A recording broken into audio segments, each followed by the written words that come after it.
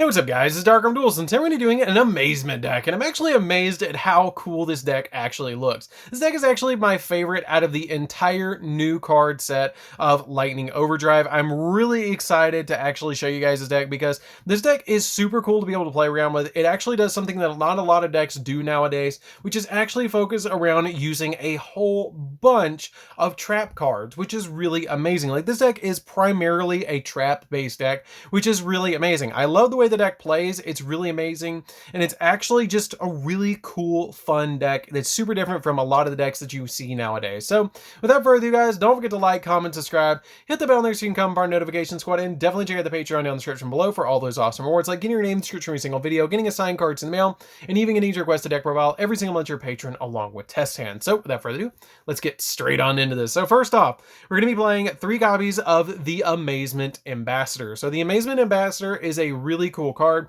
He's like the guy that you see at the front gate greeting everybody into the amusement park. And what this card does is once per turn, you can banish any number of attraction traps from your graveyard. Then target that many cards your opponent controls and destroy them. And you can only use the effect of this card once per turn. And if a trap card is activated except during the damage step, then you can special summon this card from your hand. And if your opponent normal or special summons a monster except during the damage step, you can target one of those face-up monsters they control and equip an attraction trap from your deck to that target, which is really amazing because you don't have to play 3 of all of the attraction traps, because sometimes you can just grab him out of the deck with him, which is really amazing. We then play 3 copies of the Amazement Attendant, which is also a really great card. You do have to play 3 of each because these are the only like 6 amazement monsters that you play. And then when this card is normal summoned, you can set an attraction trap directly from your deck, and then you get to target one of your attraction traps equipped to a monster and equip it to one amazement monster you control or one face-up monster your opponent controls. So basically let you move your amazement traps and let other people kind of ride the rides, I guess, which is really amazing, and I really like the effect of that particular monster. We then play 3 copies of Ash Blossom to round out the monsters. This is all you really need for the main deck. The 3 copies of Ash basically just stop your opponent from doing all sorts of stuff against you, like hitting you with a copy of like a Stratos or something like that. When they normal summon, you can just throw this if they start to touch the deck. You can just drop this and go, nope, you can't do that. So that's it for the monsters, guys. Let's get into the spells. I know, only 9 monsters. So for the spells, we're going to be playing 3 copies of Amazing Time Ticket. Amazing Time Ticket is really necessary. It's basically the search card. You pay 800 life points to apply one of these effects. During your turn, you get to add an amazement card from your deck to your hand, and during your opponent's turn, you get to set an attraction trap directly from your deck, and it cannot be active, or it can be activated this turn, but you can only use the effect of this card once per turn. So this card is basically the golden ticket, which is really amazing. I really like this deck. Like, I don't know if you guys can tell. And then we play 3 copies of Pot of Extravagance. Now the Pot of Extravagance lets you draw 2. I really like to play this over Pot of Prosperities in this deck because you get to draw an Yugioh +1 off of drawing a card in this deck, and basically you're just fishing in the deck to be able to grab all sorts of traps to be able to go off with your attraction monster. So that's it for the spells, guys. We don't play that many spells. The rest of the deck is actually traps. So for the traps, we're playing a single copy of Amaze Attraction Rapid Racing. Rapid Racing is a really neat card that has the ability that all of your attraction traps can equip to one face-up amazement monster or one face-up monster your opponent controls, which is really kind of neat.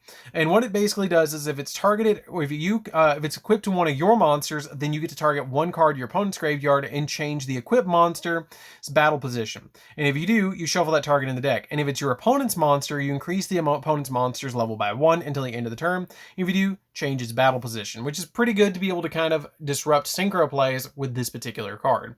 We then play a single copy of Amazement Family Faces. Amazement Family Faces, to me, I'm just playing it as 1 of currently. I thought about playing it at more than 1, but I'm just playing it as 1 right now. But it lets you target monsters your opponent controls equipped with your attraction traps, and equip this card, equip cards to it.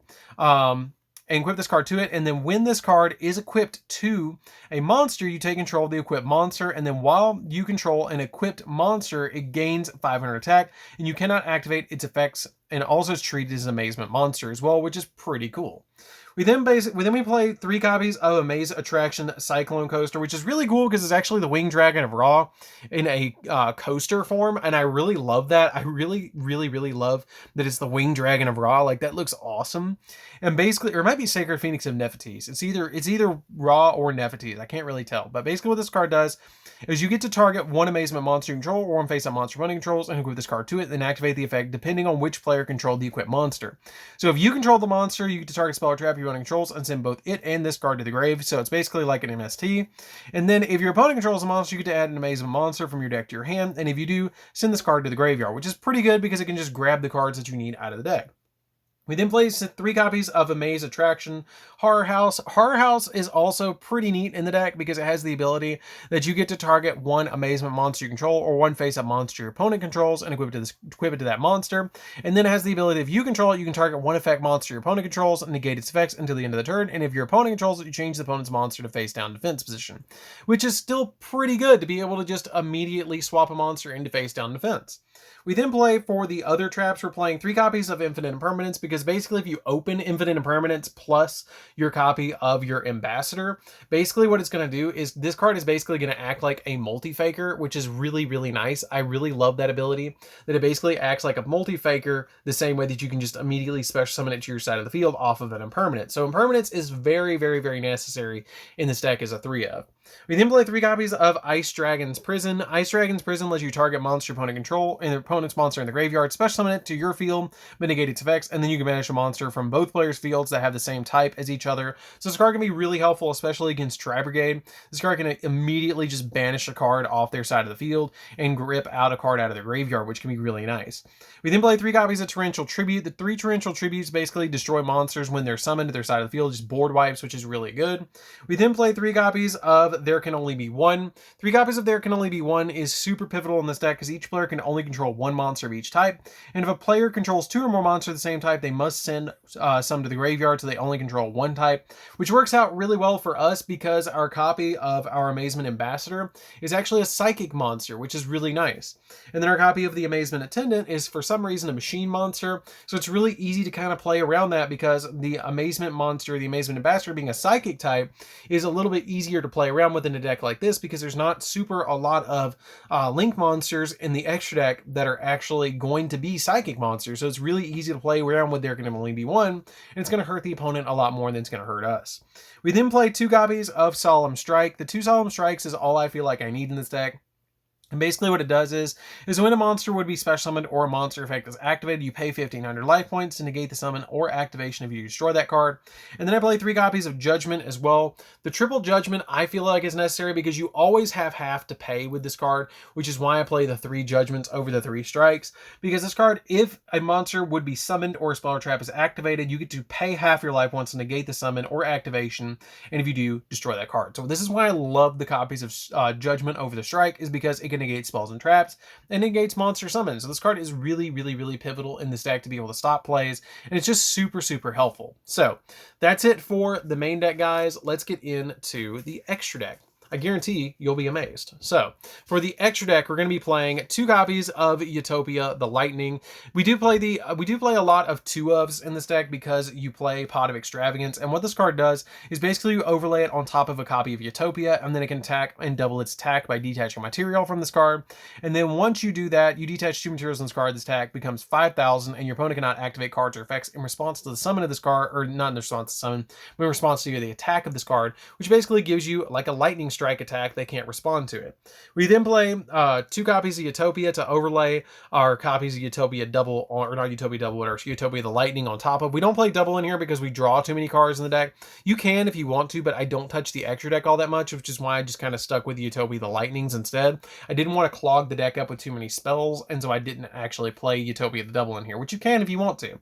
We then play the same copy of number 41 because it helps you kind of slow down the game if you need to, or you're trying to get your traps set up in the back row. You play the same copy of number 11 Big Eye because your Amazement Ambassador is actually a level 7, so it's pretty easy to actually go into this card. Flare Metal, because every time your opponent breathes, they're going to take 500, so I love playing this card as one of in here.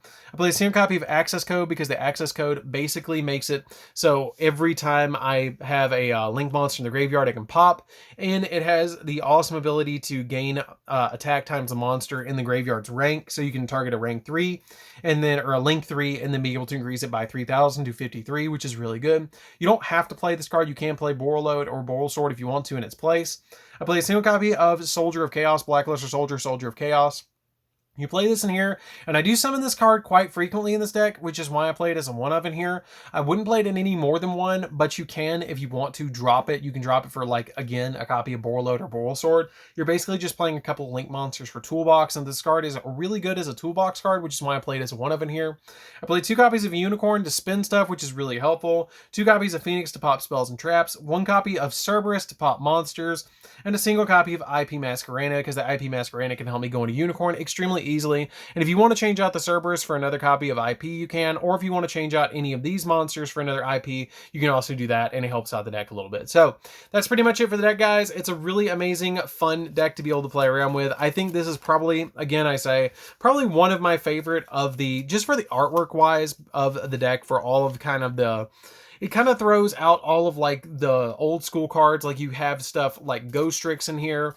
You have stuff like Sacred Phoenix of Nephthys or Winged Dragon of Ra in here. You have the FAs in here. You have, there's even a merry-go-round that I don't play in here, and it's the 6 Samurais, which is really cool. You have the Ojamas on a Ferris wheel. Like, it's just amazing. And I really hope that they keep producing cards for this archetype to throw in all sorts of cool stuff, that they have like this Yu-Gi-Oh! Kaiba Land almost like, theme park archetype. Like, I love the way that it plays, and it's super fun. If you guys have not tried this deck, you definitely should. So anyways, guys, it's DarkArmedDuelist. Don't forget to like, comment, subscribe, hit the bell on there so you can come part of the notification squad, and definitely check out the Patreon down in the description below for all those awesome rewards, and we'll see you guys in the next video. See you later, guys.